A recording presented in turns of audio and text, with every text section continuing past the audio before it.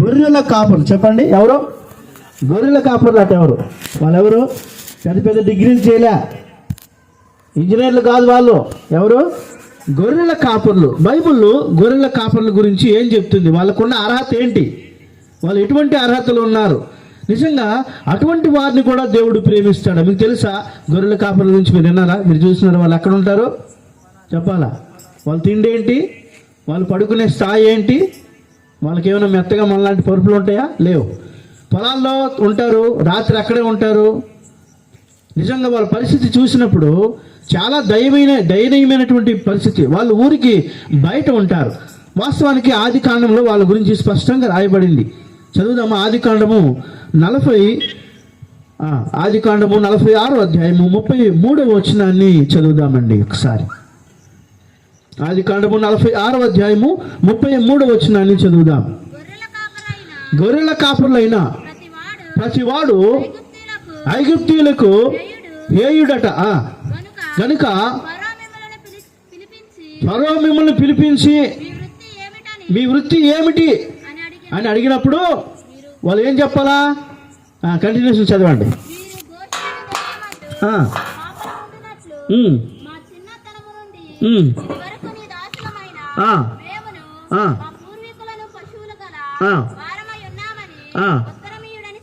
గొర్రెల కాపురులట హేయమైన వారంట. ఎవరు? హేయమైన బ్రతుకు వాళ్ళ. ఆ గొర్రెల కాపుర్ల అంటే ఓహో గొర్రెల కాపుర్ల అని పెద్ద ఆశ్చర్యపోయే ఆ పేరేం కాదంట వాళ్ళకున్న అర్హతలు. అటువంటి జీవితాన్ని కలిగినటువంటి జీవితంలో అటువంటి వారికి దేవుడు ప్రత్యక్షమవుతున్నాడు. ఈ రాత్రి మన జీవితంలో కూడా నిజంగా చెప్పాలంటే వాళ్ళు హేయమైన వారని రాయబడింది బైబిల్లో.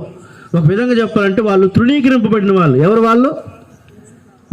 వాస్తవానికి మా చిన్నప్పుడు గొర్రెల కాపుర్ల మా ఊళ్ళో ఉండేవాళ్ళు.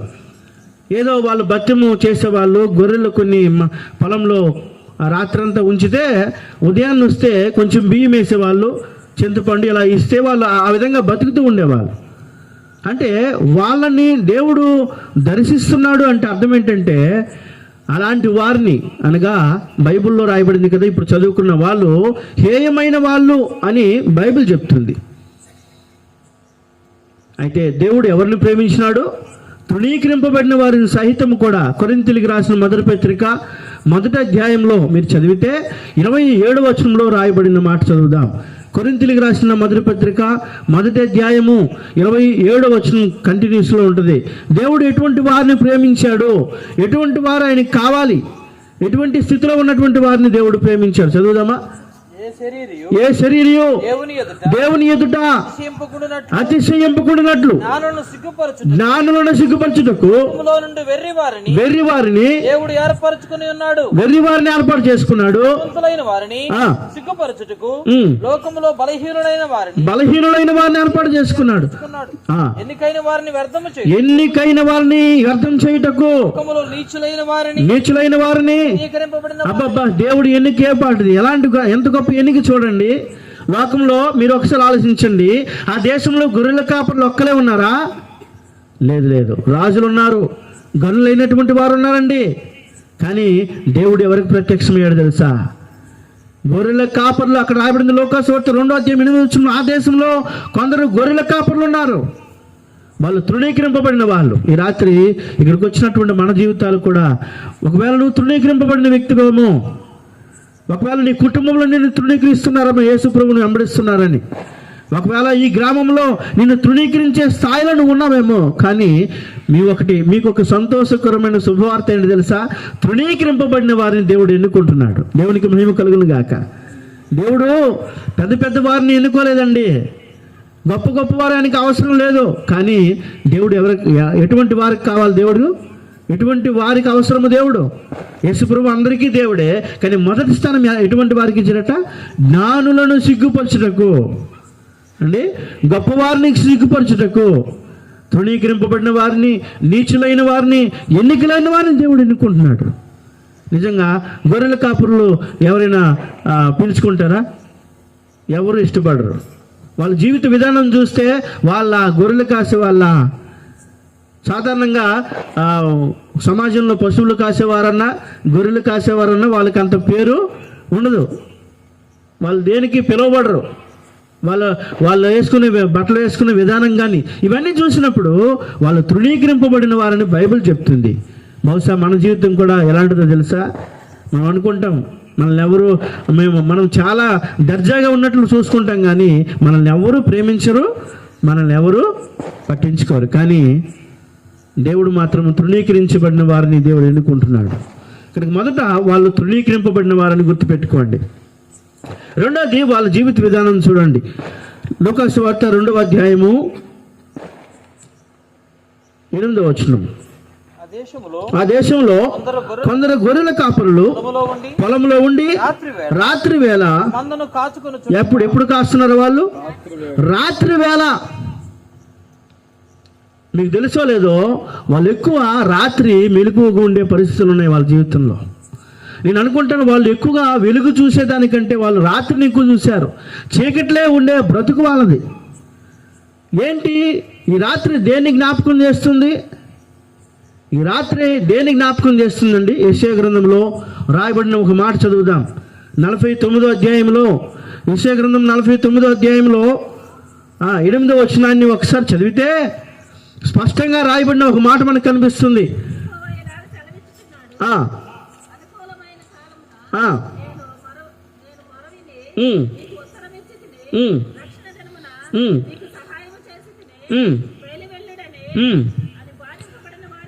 చాలా జాగ్రత్త వినాలి. బయలు వెళ్ళడని బాధింపబడిన వారితోనూ బయటకు రండి అని చీకట్లో ఎవరిని పిలుస్తున్నాడు? చాలా జాగ్రత్త వినాలి. ఇక్కడ బయటికి రండి అని ఎవరిని పిలుస్తున్నాడు? హలో, చీకట్లో ఉన్న వారిని దేవుడు పిలుస్తున్నాడట. వీళ్ళు ఎక్కడున్నారు? రాత్రి వెలుగు ఉంటుందా? ఇప్పుడైతే మనకు వెలుగు ఉంది. ఆ రోజుల్లో మీకు తెలుసో లేదో, ఇన్ని కరెంటు స్తంభాలు లేవు, ఇంత వెలుగు లేదు. ఆ రోజుల్లో కనీసం వాళ్ళు ఈవెన్ టార్చ్ లైట్ కూడా లేదేమో ఆ దినాల్లో. వాళ్ళు భయంకరమైన కటిక చీకట్లో జీవనం గడిపేవాళ్ళు. చీకటి అనగా బైబిల్ చెప్పే మాట పాపమునకు, దుష్ట కార్యాలకు, చీకటి శక్తులకి సాదృశ్యంగా కనబడుతుంది. బైబిల్ చెప్తుంది, ఎఫెసీ పత్రిక 5వ అధ్యాయం 8వ వచనంలో, మనము ఒకప్పుడు చీకటి అయి ఉంటిమి. మనం ఎవరము? మనము చీకటిలో బతకడం కాదండి, మనమే చీకటి. We are the care of address for darkness. మనందరం ఎవరుంటే మా ఇంట్లో చీకటి ఉందండి, మా అమ్మకి చీకటి పెట్టిందని అంటారు. కాదు. ఒకప్పుడు చీకటి ఎవరిలో ఉంది? మనలోనే ఉంది. చదువుదామా? ఎఫెసీ పత్రిక 5వ అధ్యాయం 8వ వచనం. మీరు పూర్వమందు చీకటి అయి ఉంటుంది. చీకటిలో ఉండం కాదు, మీరే చీకటి, మన బ్రతికే చీకటి. వాస్తవానికి ఈ గొర్రెల కాపరులు వాళ్ళ జీవితంలో ఎక్కువగా వాళ్ళు చూసేది చీకటే. చీకట్లో ఉంటారు, చీకట్లోనే వాళ్ళ బతుకు. నిజంగా ఎంత ధైర్యమైన పరిస్థితి.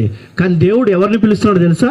ఇందాక చదువుకున్నామే, యెషయా గ్రంథము 49వ అధ్యాయంలో 8వ వచనంలో, బయటకు రండి అని ఎవరిని పిలుస్తున్నాడు? చీకటిలో ఉన్నటువంటి వారిని.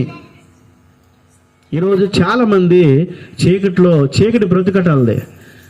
అదేంటండి, మాకు వెలుగు ఉంది కదా, మేము దర్జాగా. కానీ చీకటి అంటే రహస్యమైన చీకటి బ్రతుకు. చాలామంది దేవుని బిడ్డలు, దేవుని నమ్ముకున్న వాళ్ళే, దేవుణ్ణి ఆశ్రయించిన వాళ్ళే, దేవుణ్ణి ఆశ్రయించిన వాళ్ళు అయి ఉండొచ్చు, ఇంకా దేవుణ్ణి నమ్మని వాళ్ళు అయి ఉండొచ్చు. దేవుడు వాళ్ళని పిలుస్తున్నాడు రాత్రి, చీకటిలో ఉన్న వారిని బయటికి. ఇంకా ఎన్ని రోజులు చీకటిలో బ్రతుకుతావు? ఇంకా ఎన్ని రోజులు ఇంకా చీకటి పాప బ్రతుకులో ఉంటావు? బయటికి రా.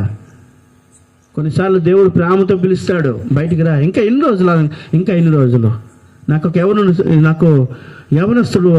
యవనస్తుడు తెలుసు బాగా. ఆ యవనస్తుడు మొదట్లో దేవునిలో చాలా ఆసక్తిగా ఉండేటువంటి వాడు. అది కొన్ని దినాలను బట్టి, కొన్ని కారణాలను బట్టి ఆ వ్యక్తి మళ్ళీ వెనక్కి వెళ్ళిపోయినాడు. అరే తమ్ముడు, ఎందుకు మొదట్లో చాలా ఆసక్తిగా ఉండేవాడు, ఎందుకు మళ్ళీ వెనక్కి వెళ్ళిపోయావంటే, అదేంటన్నా, యేసు ప్రభు దగ్గరికి వచ్చిన తర్వాత నేను అన్నీ వదులుకున్నాను, అన్నీ మానేసుకున్నాను, కానీ నాకు అవమానం వస్తుంది, బాధ వస్తుంది, నాకే రోగాలు వచ్చేస్తున్నాయని చెప్పి మళ్ళీ వెనక్కి వెళ్ళిపోయినటువంటి సందర్భాలు. వ్యక్తిగతంగా చాలాసార్లు ఆ తమ్ముడిని కలుసుకొని మరలా ఆ వ్యక్తికి సువార్త ప్రకటించడం. అరే ఎందుకురా ఆ చీకటి బతుకు అని అంటే, ఎన్నిసార్లు చెప్పినా రాలా. కొన్ని సంవత్సరాలకు ఏమైందంటే ఆ వ్యక్తి నిజంగా అన్నీ కోల్పోయిన వ్యక్తిగా చాలా దయనీయమైన పరిస్థితులకు వెళ్ళిపోయినాడు. చివరికి అనేక రోగాలతో చనిపోయాడు. చివరికి ఆయన మరణం ఎలా అయిపోయిందంటే రోడ్డు మీద అనాథలాగా పడిపోయి చనిపోయాడు. అయ్యో, ఎంత దయనీయమైన పరిస్థితి. ఈరోజు చాలామంది యవ్వనస్తులు, చాలా కుటుంబాలు ఇంకా చీకట్లోనే ఉన్నాయి. అందుకే రాయబడింది, చీకట్లో ఉన్న వారిని దేవుడు పిలుస్తున్నాడు, బయటికి రండి. బయటికి రావాలా?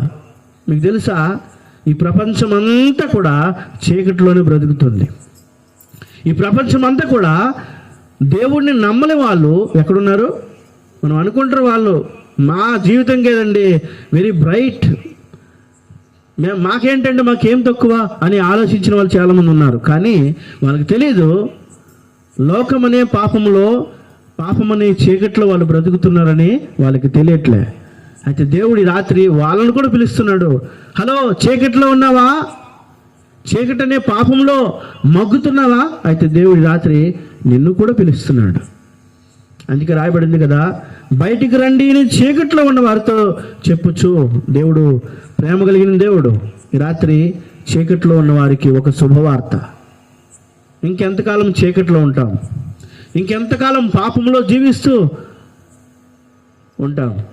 కనుక మొదట వారెవరు? గొర్రెల కాపరులు. రెండోది వారెవరు? ఎక్కడున్నారు? రాత్రి వేళ వాళ్ళ బతుకు రాత్రి బతుకుగా మారిపోయింది. దేవుని వాక్యంలో ఒక మాట ఉంది తెలుసా? మనం ఇప్పుడు ఎవరము? ఇప్పుడు మనం ఎవరము? దానికి మనకు మంచి పేరు పెట్టినాడు, మనం పగటి వారమట కదా. తెస్సలోనిక పత్రిక, మొదటి తెస్సలోనిక పత్రిక 5వ అధ్యాయంలో స్పష్టంగా దేవుని వాక్యంలో రాయబడింది, మనం ఎవరము? 5వ అధ్యాయం 5వ వచనం, మీరందరూ వెలుగు సంబంధులను పగటి సంబంధులై ఉన్నారు. మనము రాత్రి వారము కాదు, చీకటి వారము. చీకటిలో కూర్చున్నంత మాత్రాన చీకటి వారం కాదు. ఈ సత్యం తెలుసుకోవాలి. మనం ఎవరము? వెలుగు సంబంధం. ఇప్పుడు వెలుగైనటువంటి మనము ఏం చేయాలి చెప్పాలి మీరే. వెలుగైన వాళ్ళు ఏం చేయాలా? ఇంకొకరు వెలిగించాలా, అంతే కదా. ఇప్పుడు మనం ఆరిపోకుండా ఉంటే చాలు అన్నట్లు కొంతమంది ఉన్నారు. మనం ఆరిపోయింది ఏమైనా దీపము. ఒక పాట ఉంది కదా, నా దీపము యేసయ్యా నీవు వెలిగించినావు, జడివానలోనైనా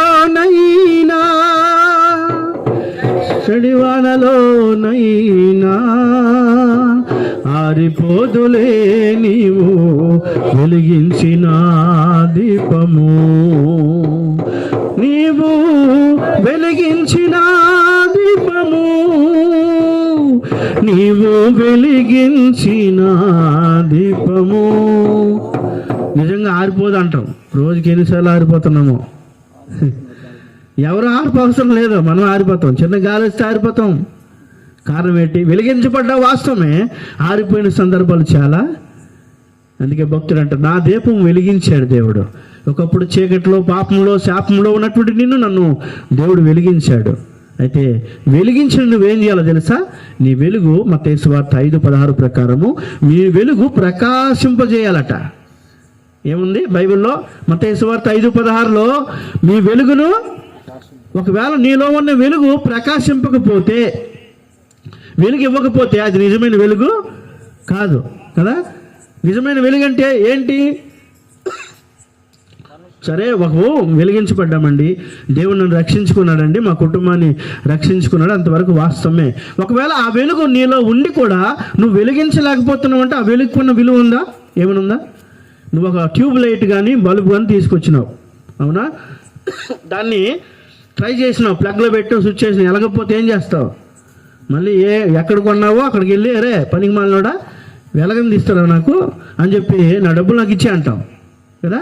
డిమాండ్ చేస్తాం. వెలగకపోతే దేనికి విలువ లేదు. ఒకవేళ యేసు ప్రభు ద్వారా నువ్వు వెలిగించబడ్డ వాస్తవమే, కానీ నువ్వు వెలిగించకపోతే నీ బ్రతుకులు ఏమీ ఉండదు. బైబిల్లో రాయబడింది, ఎవరు ఆకాశంలో జ్యోతుల వల్ల ఉంటారట. ఎంతమంది అయితే దేవుని వైపు తిప్పుతారో అనేకుల్ని, వాళ్ళెవరు?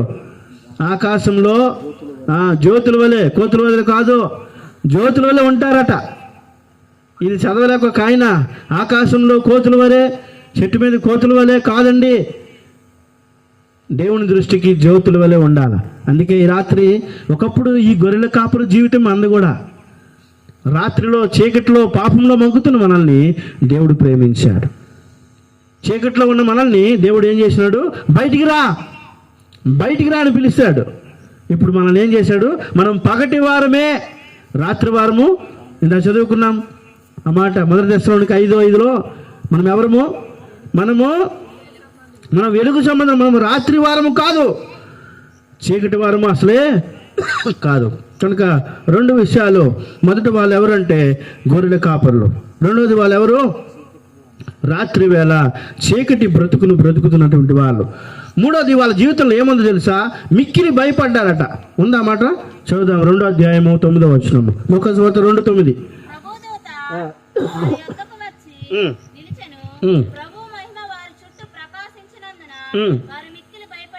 వాళ్ళు మిక్కిలి భయపడ్డారు. దేనికి భయపడి ఉంటారు వాళ్ళు చెప్పండి? దేనికి భయపడ్డారు? బహుశా వాళ్ళ చుట్టూ ప్రకాశమానమైన ఒక వెలుగు వచ్చిందట. దేవుని మహిమను చూసి ఏం చేశారు అంటే, అంతకుముందు మహిమను వాళ్ళు చూశారు, కానీ ఆ మహిమను వాళ్ళు కోల్పోయారు. బైబిల్లో రాయబడింది, అందరూ పాపము చేసి దేవుడు అనుగ్రహించినటువంటి మహిమను పొందలేకపోయారు. అయ్యో, వాళ్ళ జీవితంలో ఎందుకు భయపడ్డారంటే వాళ్ళకున్న భయం ఏంటి తెలుసా? మరణ భయం అనేది ఉంది. మీకు తెలుసో లేదో, మనం ఇంట్లో హ్యాపీగా దర్జాగా పడుకోగలం, నిద్రపోగలం. కానీ పొలంలో ఉన్నవాడికి ఏ భయం ఉంటుంది? ఏ పుల్లు వస్తుందో తెలీదు, ఏ నక్క వస్తుందో తెలీదు, ఏది ఎప్పుడు దాడి చేస్తుందో గ్యారంటీ లేదు వాళ్ళకి, ఎప్పుడు మరణం అయిపోతారో తెలియదు. ఒక్కసారి వెలుగు వచ్చేసరికి ఎప్పుడూ అంత వెలుగు చూడలేదు వాళ్ళు.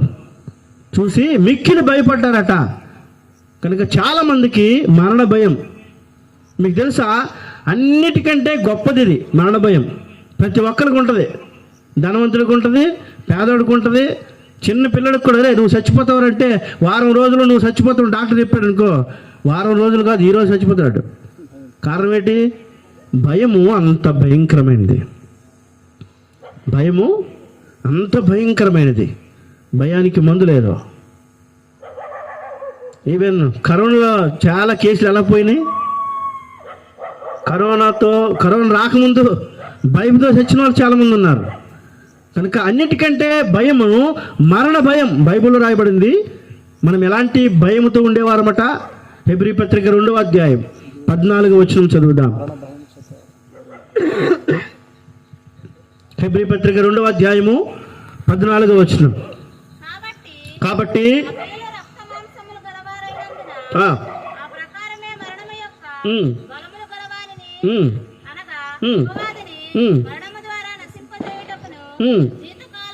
చాలా స్పష్టంగా ఉంది 15వ వచనంలో, జీవితకాలం అంతయు మరణ భయము చేత దాస్యమునకు లోబడిన వారిని విడిపించుటకు ఆయన కూడా. ప్రియమైన వారులారా, ఈ మరణ భయం ఎంతవరకు ఉంటుందట? సచ్చినంత వరకు ఈ భయం ఉంటుందట. ఎంతవరకు? జీవితకాలం అంతా కూడా ఈ భయం అనేది. నిజంగా కొంతమంది ఎలా అంటారంటే, అరే నేను ఇప్పుడు చచ్చిపోయినా పర్వాలేదురా, నేను నా ప్రభువుతో ఉంటాను. ఎవరు చెప్పగలరు ఈ మాట? క్రీస్తునందు ఉన్నటువంటి వారే చెప్పగలరు ఈ మాట. క్రీస్తులో నూతనపరచబడే అనుభవంలోకి వచ్చిన వాళ్ళే, నిజమైన మారు మనసు ఉన్న వాళ్ళే పర్వాలేదు. అపోస్తలుడు పౌలు అంటూ బ్రతుకుడి క్రీస్తే. ఎవరు చెప్పగలరు మాట? మనం చెప్పగలమా? ఆ ధైర్యం కేవలం దేవుడి బిడ్డలకి, యథార్థంగా దేవుని కొరకు జీవించే వాళ్ళకు మాత్రమే దేవుడు అట్టి ధైర్యం. ఒకప్పుడు నిజంగా చెప్పగలము, చాలాసార్లు అనేక దగ్గర పరిచర్యకి వెళ్తున్నప్పుడు దాడులు జరుగుతూ ఉంటాయి. సువార్తకి వెళ్తున్నప్పుడు ఎన్నో రకాల దాడులు జరుగుతాయి. కానీ ప్రభు నిమిత్తము చనిపోయినా పర్వాలేదు అనిపిస్తుంది కొన్నిసార్లు. ఆ ధైర్యం ఎవరిచ్చారు? బైబిల్ చెప్తుంది, జీవితకాలం అంతా మరణ భయము చేత కొట్టిమిట్టాడుతున్న మనల్ని దేవుడు ఏం చేశాడు? మరణములో నుండి జీవంలోనికి. ఇప్పుడు భయం లేదు. కానీ వీళ్ళు ఎక్కడున్నారు? ఇంకా భయంలోనే. ఇంకా దేవుని బిడ్డలు కొంతమంది ఎన్నో రకాల భయాలు. వాళ్ళకి అనారోగ్యం వచ్చినా భయమే, కష్టం వచ్చినా భయమే, రోగం వచ్చినా భయమే, ఏది లేకపోయినా భయమే. కానీ దేవుని బిడ్డ, ఈ రాత్రి నువ్వు భయపడుతున్నావేమో, దేవుడు అంటాడు భయపడకు, ఫిబ్రవరి పత్రిక 10వ అధ్యాయం 35వ వచనంలో మంచి ధైర్యం కలిగి ఉండాలట. భయాన్ని విడిచిపెట్టకూడదు, ధైర్యంని విడిచిపెట్టకూడదట. ఈ రాత్రి వాళ్ళు ఎంత భయపడ్డారో, నిజంగా వాళ్ళ జీవితంలో చీకటి ఉంది, వాళ్ళ జీవితంలో భయం ఉంది, వాళ్ళ జీవితంలో నిరాశ నిస్పృహ ఉంది. అటువంటి వారిని దేవుడు దర్శిస్తూ వచ్చాడు. బహుశా ఆ దేశంలో చాలామంది ప్రజలు ఉండొచ్చు, చాలా రకాల ధనికులు, డబ్బు కలిగిన వాళ్ళు, ఆస్తి కలిగిన వాళ్ళు, పేరు ప్రఖ్యాతులు కలిగినటువంటి వారు ఉండొచ్చు. కానీ దేవుడు వారిని దర్శించలేదు. కానీ గొర్రెల కాపురులు, సామాన్యమైన బ్రతుకు, ఎన్నికలైన వారు, తృణీకరింపబడిన వారు, ఊరికి బయట ఉన్నటువంటి వారు, వాళ్ళు భయంతో కొట్టుమిట్టాడుతూ చీకట్లో ఉన్న వారిని దేవుడు దర్శించలేదా? ఈ రాత్రి దేవుడు అటువంటి వారిని దర్శించే దేవుడు. భయంతో ఉన్న వారిని భయాన్ని పోగొట్టడానికి దేవుడు దర్శిస్తున్నాడు. 3 విషయాలు చెప్పాను. వాళ్ళు ఎక్కడున్నారు? మొట్టమొదటి వాళ్ళ లక్షణం ఏంటి? వాళ్ళు గొర్రెల కాపురులు, తృణీకరింపబడిన జీవితం. దేవుడు వాళ్ళను కూడా ప్రేమించినాడు. రెండోది, వాళ్ళు ఎక్కడున్నారు? ఎక్కడ బ్రతుకుతున్నారు? చీకటిలో. చీకటి పాపమునకు సాదృశ్యంగా ఉంది, పాపపు జీవితం. అయినా దేవుడు వాళ్ళని ప్రేమించినాడు. మూడోది భయము. మరణ భయం ఉందన్నిటికంటే గొప్పది. ఈ మరణ భయంతో ఉన్నటువంటి వారిని దేవుడు ఆ భయం నుండి విడుదల చేశాడు. ఇంకా వాళ్ళకున్న లక్షణం ఏంటంటే, చదువుదాం. లూకాసు వార్త 2వ అధ్యాయం 16వ వచనం. త్వరగా వెళ్ళి మరియును యోసేపును తొట్టులో పండుకొని శిశువును చూచిరి. వారు చూచి ఈ శిశువును గూర్చి తమతో చెప్పబడిన మాటలు ప్రచురము చేసిరి. గొర్రెల కాపరులు తమతో చెప్పిన సంగతులను గురించి విన్న వారందరూ మిక్కిలి ఆశ్చర్యపడిరి. ఇక్కడ రాయబడింది 15వ వచనంలో, ఆ దూతలు తమ యొద్ద నుండి పరలోకమునకు వెళ్ళిన తరువాత ఆ గొర్రెల కాపరులు జరిగిన ఈ కార్యమును ప్రభువు మనకు తెలియజేయించి ఉన్నాడు. మనము బెత్లెహేమునకు, అంటే బెత్లెహేములోనికి వెళ్ళారంటే ఇప్పుడు ఎక్కడున్నారు? బెత్లెహేం బయట ఉన్నారు, ఎక్కడో పొలంలో ఉన్నారు కదా. బెత్లెహేంలో అందరితో పాటు హ్యాపీగా ఉన్నారా? వీళ్ళదంటూ సపరేట్ బ్రతుకు అనమాట. అంటే దేవుడికి దూరముగా ఉన్నటువంటి వాళ్ళు, ప్రభువుకు దూరంగా. బెత్లెహేం అనగా రొట్టెలకు సమృద్ధి, దేవుడి నివాస స్థలము, దేవుడు పుట్టినిల్లు, దేవుడు జన్మించినటువంటి జన్మస్థలం అది. అయితే వీళ్ళు ఎక్కడున్నారు? ఊరి బయట. ఇది దేని జ్ఞాపకం చేస్తుందంటే, దేవునికి దూరమైన బ్రతుకు వాళ్ళది. వాళ్ళు దేవునికి, మనం అనుకుంటాము నేను దేవునికి చాలా దగ్గరలో ఉన్నానండి, మా మందిరానికి మా ఇల్లు చాలా దగ్గరని అనుకుంటాం. కానీ ఇల్లు దగ్గరే, కానీ మనసు మాత్రము, బైబిల్ చెప్తుంది, వాళ్ళు హృదయంతో నన్ను ఆరాధించట్లే, వాళ్ళ పెదాలతో నన్ను గణపరుస్తున్నారు, కానీ వాళ్ళ హృదయం నాకు చాలా దూరంగా ఉందట. మనం దూరంగా ఉన్నాం, దగ్గరగా ఉన్నామా? దూరమే. దేవునికి మనకి చాలా డిస్టెన్స్. చాలాసార్లు ప్రభువా అని ఏడుస్తాం, కన్నీరు కారుస్తాం, కానీ బ్రతుకు చూస్తే మనం చాలా దూరంగా ఉన్నాం. చాలామంది దూరమైన వాళ్ళకు కూడా దేవుడు దగ్గరగా ఉండడానికి ఇష్టపడుతున్నాడు. చదువుదామా దేవుని వాక్యంలో? ఎఫెసీ పత్రిక 2వ అధ్యాయంలో 13వ వచనంలో రాయబడింది, ఒకప్పుడు మనం ఎవరమట? దూరముగా ఉన్నటువంటి ప్రజలమైన మనల్ని దేవుడు దగ్గర మునుపు దూరస్తులైన మీరు క్రీస్తు యేసునందు క్రీస్తు రక్తం వల్ల సమీపస్తులుగా మారారట. వీళ్ళు ఎలా సమీపస్తులయ్యారు? ఎప్పుడైతే వర్తమానం వీళ్ళకి అందించబడిందో వీళ్ళు వెళ్ళారు. ఎవరిని చూడడానికి? క్రీస్తుని చూడడానికి, ప్రకటించడానికి వెళ్ళారు. ఎప్పుడైతే దేవునికి దగ్గర అవ్వడం ప్రారంభించాడో, నిజంగా ఒకప్పుడు మనం దూరస్తులం కాదా? అవునా కదా? మనం దూరస్తులమే. ఒకప్పుడు దేవునికి దూరంగా బతికిన వాళ్ళం. ఒక తప్పిపోయిన కుమారుడు కూడా దేవునికి ఏమైపోయాడట? బైబిల్లో కొన్ని వర్డ్స్, దూర దేశానికి వెళ్ళిపోయాడట. దగ్గరుంటే అన్నీ తెలిసిపోతాయని ఎక్కడికి వెళ్ళిపోయాడు? దూర దేశానికి వెళ్ళిపోయాడట. అన్నీ కోల్పోయాడట. మళ్ళీ తండ్రి దగ్గరికే. నేను ఒక మాట చెప్తాయి రాత్రి, నువ్వెంత దూరం వెళ్ళావు, కానీ తిరిగి రావాల్సింది ఎక్కడికి? దేవుని దగ్గరికి. అపోస్తలుల కార్యం 17వ అధ్యాయంలో 25-26 వచనంలో రాయబడిన మాట ఏంటో తెలుసా? ఆయన మనలో ఎవరికి దూరంగా ఉండే దేవుడు కాదు. మనం ఇంకా ఎదుగుతామేమో, ఇంకా ఆయన కనుగొంటామేమో అని చెప్పి ఆయన ఇంకా దగ్గరగా అవుతున్నాడు. నువ్వెంత దూరం అవుతావో నీకు దగ్గరగా వస్తూనే ఉంటాడు ఆయన. నీకు దగ్గరగా వస్తున్నాడు. మీకు తెలుసా, మీ మందిరానికి మీరు ఎంత దూరంగా ఉన్నారు? నేను ఒక ప్రశ్న అడుగుతా, మీ సేవకుడికి మీరు ఎంత దగ్గరగా ఉన్నారు? మీ సహవాసానికి మీరు ఎంత దగ్గరగా ఉన్నారు? జరుగుతున్న ప్రార్థనకి, ఆరాధనకి, శుక్రవారం ప్రార్థనకి మీరు ఎంత దగ్గరగా ఉన్నారు? ఒకసారి మీరు ఆలోచించుకోవాలి, ప్రశ్నించుకోవాలా. ఈ రాత్రి కూడిక మనం అనుకుంటాం బయట ఉన్న వాళ్ళకేమో, లేదు అందరికీ. బైబిల్లో రాయబడింది యేసుక్రీస్తు అందరికీ ప్రభు. కొందరికే కాదు, కొంతమంది జనాలకే కాదు, కొన్ని గ్రామాలకే కాదు, కొన్ని మండలాలకే కాదు, కొన్ని దేశాలకే కాదు. చాలా మంది అంటారు యేసు ప్రభు ఇంగ్లీష్ వాళ్ళు దేవుడు అండి. యేసు ప్రభు ఎవరికట దేవుడు? అలా రాయబడలా బైబిల్లో. అపోస్తలుల 10:36లో యేసుక్రీస్తు అందరికీ దేవుడు, అందరికీ దేవుడు. ఈ రాత్రి నీ జీవితంలో, నా జీవితంలో బహుశా ఇటువంటి జీవితం మనకుంది. ఈ 4 లక్షణాలు కలిగినటువంటి వాళ్ళ జీవితము ఒకప్పుడు మనది కూడా. బహుశా ఈ గ్రామంలో, ఈ తోటపాలెం అనే గ్రామంలో ప్రజలు చీకట్లో ఉన్నారు. ఈ తోటపాలెం అనే ప్రజలు భయంతో బ్రతుకుతున్నారు. ఈ తోటపాలెం అనే ఈ గ్రామము తృణీకరింపబడిన ప్రజలు కూడా ఇక్కడ ఉన్నారు. అయితే వాళ్ళకి తెలియదేమో దేవుడు అటువంటి వారిని కూడా ప్రేమిస్తున్నాడు. ఈ రాత్రి నిన్ను కూడా ప్రేమిస్తున్నాడు, నీ కుటుంబాన్ని కూడా ప్రేమిస్తున్నాడు. ఆ ప్రేమను అంగీకరించి నీ దగ్గరికి వస్తావా? దేవుని దగ్గరికి వస్తావా? ప్రేమించాను అని చెప్పడానికి దేవుని వాక్యంలో రాయబడింది, ప్రయాసపడి భారం మోసుకున్న సమస్త జనులారా నా యొద్దకు రండి. తన 2 చేతులు చాపి పిలుస్తున్నాడు. లేకపోతే ఈ రాత్రి ఈ మనుషులు అంత అవసరం ఏంటి? దాదాపు 3 రోజుల ప్రయాణం అయింది, వేరే ప్రాంతాలకు వచ్చినాం. కానీ దేవుని సేవకులు ఇక్కడ ప్రారంభించడానికి ఏంటి? ఇంట్లో పెట్టుకోవచ్చు కదా, చర్చిలో పెట్టుకోవచ్చు కదా. కారణం ఏంటంటే దేవుడు ప్రేమిస్తున్నాడని చెప్పడానికి మరొకసారి ఈ చిన్న కోడిక ద్వారా దేవుడు మిమ్మల్ని ప్రేమతో ఆహ్వానిస్తున్నాడు. ఆ ప్రేమను మన్నించి వచ్చినట్లయితే నీ చీకటి బతును మారుస్తాడు. ఓ తోటపాలెం గ్రామస్తులారా, దేవుడు చీకటిలో ఉన్న వారిని ప్రేమిస్తున్నాడు. తృణీకరింపబడిన వారిని సైతం దేవుడు ప్రేమిస్తున్నాడు. ఒకవేళ నీ జీవితంలో భయంతో ఉన్నావేమో, అయినా పర్వాలేదు, దేవుడు ప్రేమిస్తున్నాడు. నీ చీకటిని వెలుగుగా మార్చగలడు, నీ భయాన్ని ధైర్యంగా మార్చగలడు.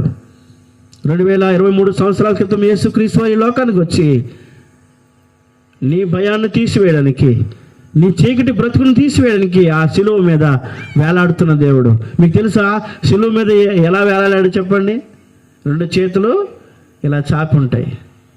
నేను అనుకుంటాను, అలా ఎందుకు సిలువ వేయాలి? ఇలా పెట్టచ్చు కదా, లేకపోతే ఇలా ముడిచి పెట్టచ్చు కదా చేతులు. ఇలా ఎందుకు పెట్టాడంటే బైబిల్లో వాక్యం ఉంది కదా, 11:28లో ప్రయాసపడి భారం మోసుకున్న సమస్త జనులారా నా యొద్దకు రండి అని పిలుస్తున్నాడు ఆయన. ఒకవేళ ఈ రాత్రే రాగలిగితే ఆయన నిజంగా కౌగిలించుకుంటాడు. శాశ్వతమైన ప్రేమతో నన్ను ప్రేమిస్తున్న దేవుడు ఆయన.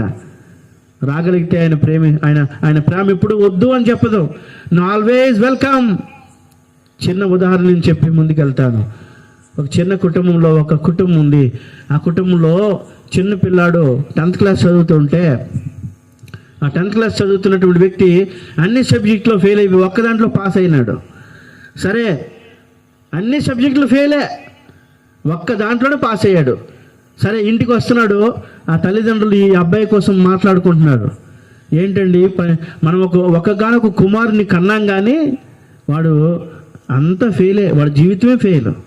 అయ్యో చూడండి ఎటువంటి కుమారుని మనం కన్నాము చూడండి అని ఆ కుమారుడు గురించి మాట్లాడుకుంటే, గోడ చాటున ఆ కుమారుడు ఆ తల్లిదండ్రులు మాటలు విన్నాడు. విని ఏమన్నాడు తెలుసా? ప్రార్థన చేయడం మొదలుపెట్టాడు. ఎవరికి? యేసయ్యకి. యేసయ్యా, 9 నెలలు కని మోసి పెంచిన నా తల్లిదండ్రులను నేను వాళ్ళకి పనికిరానంట, నీకేమైనా పనికి వస్తానా? నీకేమైనా ఉపయోగపడతానని ప్రార్థన చేయడం మొదలుపెట్టాడు. అదే ప్రార్థన, రోజు అదే ప్రార్థన. ఇంట్లో నుంచి బయటికి వెళ్ళిపోయాడు. నా తల్లిదండ్రులకు నేను ఇష్టం లేనప్పుడు, నా తల్లిదండ్రులు నా గురించి బాధపడుతున్నప్పుడు, నేను వాళ్ళకి ప్రయోజనకరంగా లేనప్పుడు నేను ఇంట్లో ఎందుకు ఉండాలని చెప్పి దూరదేశానికి వెళ్ళిపోయాడు.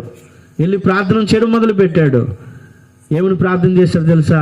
9 నెలలు కని మోసి పెంచిన నా తల్లిదండ్రులకు నేను ఉపయోగపడలేదంట. ప్రభువా, నీకేమైనా ఉపయోగపడతానా? కొన్ని సంవత్సరాల తర్వాత ఏ సబ్జెక్ట్ అయితే ఫెయిల్ అయిపోయినాడో ఇప్పుడు చూస్తే పెద్ద చదువు చదివినాడు, పెద్ద ఉద్యోగం. కొన్ని రోజుల తర్వాత దేవుని సేవ చేయడం ప్రారంభించాడు. ఒకరోజు స్టేజ్ మీద నిలబడి ఆయనకి సాక్ష్యం చెప్పమని ఒక దేశంలో అడిగితే నిలబడి సాక్ష్యం చెప్తున్నాడు. ఏమని చెప్పాడు తెలుసా? ఒకప్పుడు నా జీవితం తృణీకరింపబడింది, ఒకప్పుడు నా జీవితము చీకట్లో ఉన్న బ్రతికే, మా తల్లిదండ్రులకు నేను నచ్చలేదు. ఎందుకో తెలుసా? అన్ని సబ్జెక్టులు ఫెయిల్ అయిపోయానని నా తల్లిదండ్రులు నన్ను ఇష్టపడలేదు. అందుకే ఇంట్లో నుంచి బయటకు వచ్చేసాను. ఇంట్లో నుంచి బయటకు వచ్చిన నేను ఒక ప్రార్థన చేశాను. ఏంటి ప్రార్థన? ప్రభువా, 9 నెలలు కని మోసి పెంచిన నా తల్లిదండ్రులకు నేను ఇష్టపడలేదంట, నీకేమైనా ఇష్టపడ్డానా అని ప్రార్థన చేసినప్పుడు నా ప్రార్థన ఆలకించిన దేవుడు నన్ను ప్రేమించి ఈరోజు ఉన్నత స్థాయిని తీసుకొచ్చాడు. ఆ ప్రార్థన ద్వారా, ఆ సాక్ష్యం ద్వారా అక్కడ ఉన్నటువంటి వాళ్ళు చాలామంది తాకుపడ్డారు. ఈరోజు ఆ వ్యక్తి ఎవరో తెలుసా? గొప్ప సేవకుడు, గొప్ప సేవకుడు. ఈ రాత్రి ఇక్కడికి వచ్చిన నీవు బహుశా నిరీక్షణ లేకుండా పాపంలో చీకట్లో బ్రతికితే అటువంటి వారికి దేవుడు పిలుస్తున్నాడు. ప్రయాసపడి భారం మోసుకున్నచున్న సమస్య జల్లారా నా ఎదుకు రండి. ఈ లోకం నిన్ను తృణీకరించవచ్చు, నీ వారు నిన్ను తృణీకరించవచ్చేమో, కానీ ఎప్పుడూ దేవుడు తృణీకరించేవాడు కాడు. తన యొద్దకు వచ్చిన వారు ఎంత మాత్రము త్రోసివేసే దేవుడు కాదు. అదే ప్రేమతో పిలుస్తున్నాడు. రావడానికి సిద్ధంగా ఉన్నావా? ఒకవేళ ఈ రాత్రి చీకట్లో, ఇంకా చీకట్లో బ్రతికితే మీ కొరకు మేము ప్రార్థన చేస్తాం.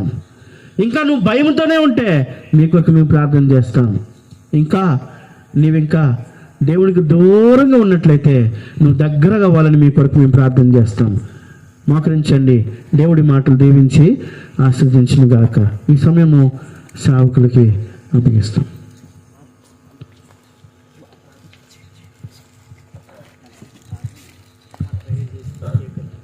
అందరూ మోకరించుకున్నామండి.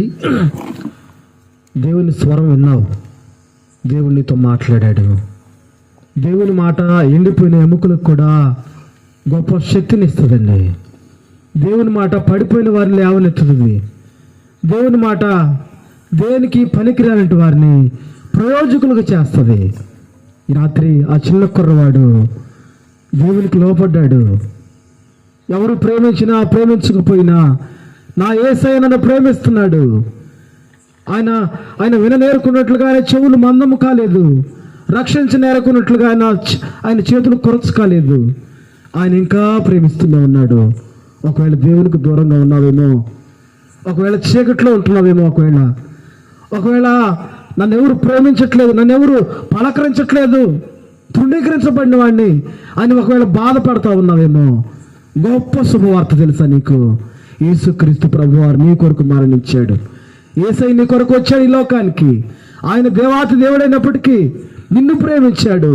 పాపంలో ఉన్న నిన్ను ప్రేమించి నీ కొరకు ఆయన ఆ పరలోక రాజ్యాన్ని విడిచిపెట్టి నీ కొరకు దీనుడుగా ఆ కలవరి శిలువలో తన రక్తమంతా దారులు కార్చడానికి ఇష్టపడినాడు. తన శరీరం అంతా నాగటి చాలువలో దున్నించుకోవడానికి ఇష్టపడినాడు. ఎందుకో తెలుసా? నిన్ను ప్రేమించాడు ఆయన. నువ్వు చీకట్లో ఉంటున్నావని, నువ్వు పాపంలో మునిగిపోతా ఉన్నావని, నీకు రావాల్సిన శిక్ష ఘోర నరకమని, నిన్ను తప్పించాలని ఆ గొప్ప వెలుగైనటువంటి దేవుడు నీకు వెలుగు ఇవ్వటానికి ఈ లోకానికి నీ దగ్గరకు వచ్చాడు ఆయన. ప్రభువా నన్ను క్షమించాయి అనగలవా? ప్రభువా నా కొరకే నువ్వు అప్పగించుకున్నావు తండ్రి అని అనగలవా? నీ నోటితో ఒప్పుకోగలవా? యేసుక్రీస్తు నా ప్రభు అని నువ్వు సాక్ష్యం ఇవ్వగలవా? ఇంతవరకు వాక్యం విన్నాం కదా. ప్రభువా అని దేవుని యొక్క పాదాలు పట్టుకున్నామండి. ఆయన ఎంత మాత్రం త్రోసివేసే దేవుడు కాదండి. మనుషులు త్రోసివేస్తారు, మనుషులు తృణీకరిస్తారు. దేవుడు తృణీకరించే దేవుడు కాదు. నువ్వు ఎటువంటి వాడైనప్పటికీ, నువ్వే స్థితిలో ఉన్నప్పటికీ ఆయన నిన్ను ప్రేమిస్తున్నాడు. ప్రేమైన సహోదరుడా, సహోదరి, ఆయన నిన్ను ప్రేమిస్తున్నాడు. మనం ఇంకా నువ్వు పాపులమైంటుండగానే యేసుక్రీస్తు ఈ లోకానికి వచ్చి తాను తగ్గించుకొని మరణించినాడు. ఇటువంటి ప్రేమను తృణీకరించుకోవద్దు. ఒకవేళ ఇటువంటి సమయం నీకు దొరకపోవచ్చేమో, ఒకవేళ ఇటువంటి అవకాశం నువ్వు కోల్పోతే మరలానికి అవకాశం ఉండకపోవచ్చేమో. ఒక్కసారి పరీక్షించుకో, ఒకసారి నువ్వు దేవునికి అప్పగించుకో, ఒకసారి నీ స్థితిని ఒకసారి గమనించు. దేవుడు నిన్ను ప్రేమిస్తున్నప్పుడే ఆయన మాటకు సరెండర్ అవుదామండి, ఆయన మాటకు లోపడదామండి, ఆయన మాటలో మనం నిలబడదామండి. ఆ విధంగా చిన్న ప్రార్థన చేస్తాం మీ కొరకు. అలాగే తలలో వచ్చినట్లయితే. ప్రేమ నమ్మకం కలిగిన తండ్రి, కృప కలిగిన రాజ్యా, పరిశుద్ధానికి స్తోత్రాలయ్యా. సాయంకాలపు వేళ ప్రభు మీ యొక్క హృదయంలో ఉన్న మాటలు దేవ బిడ్డలకు మీరు వెల్లడిపరిచారు. దేవ మీ ప్రేమ వెల్లడిపరిచారు. మీరు ఎందుకొరకు ఈ లోకానికి వచ్చారో వెల్లడిపరిచారు. మా స్థితిని మాకు జ్ఞాపకం చేశారు. దేవా మీకు స్తోత్ర. నిజమైన క్రిస్మస్ అంటే దేవా మిమ్మల్ని నమ్ముకోవటమే, మీ కొరకు బ్రతకటమే, పాపాన్ని విడిచిపెట్టటమే. దేవా మాకు అర్థమైనట్లుగా సహాయం చేశారు. ప్రాముఖ్యంగా విన్న ప్రతి బిడ్డని మీరు జ్ఞాపకం చేసుకున్నాయా, మీరు వెలిగించండి అయ్యా, మీరు వెలుగులు నిలబెట్టండి అయ్యా. కాలు జోరపోకుండా బిడ్డల్ని స్థిరపరచండి. ఈ ప్రాంతంలో గొప్ప జ్యోతుల వలె బిడ్డలు నిలబడినట్లుగా సహాయించమని, ప్రతి విధమైనటువంటి ఆత్మ సంబంధమైన వీళ్ళు పొందుకున్నట్లుగా సహాయించమని, కృప చూపించమని యేసుక్రీస్తు నామములో ప్రార్థన చేసి అడిగి వేడుకుంటున్నాను తండ్రి. ఆమేన్.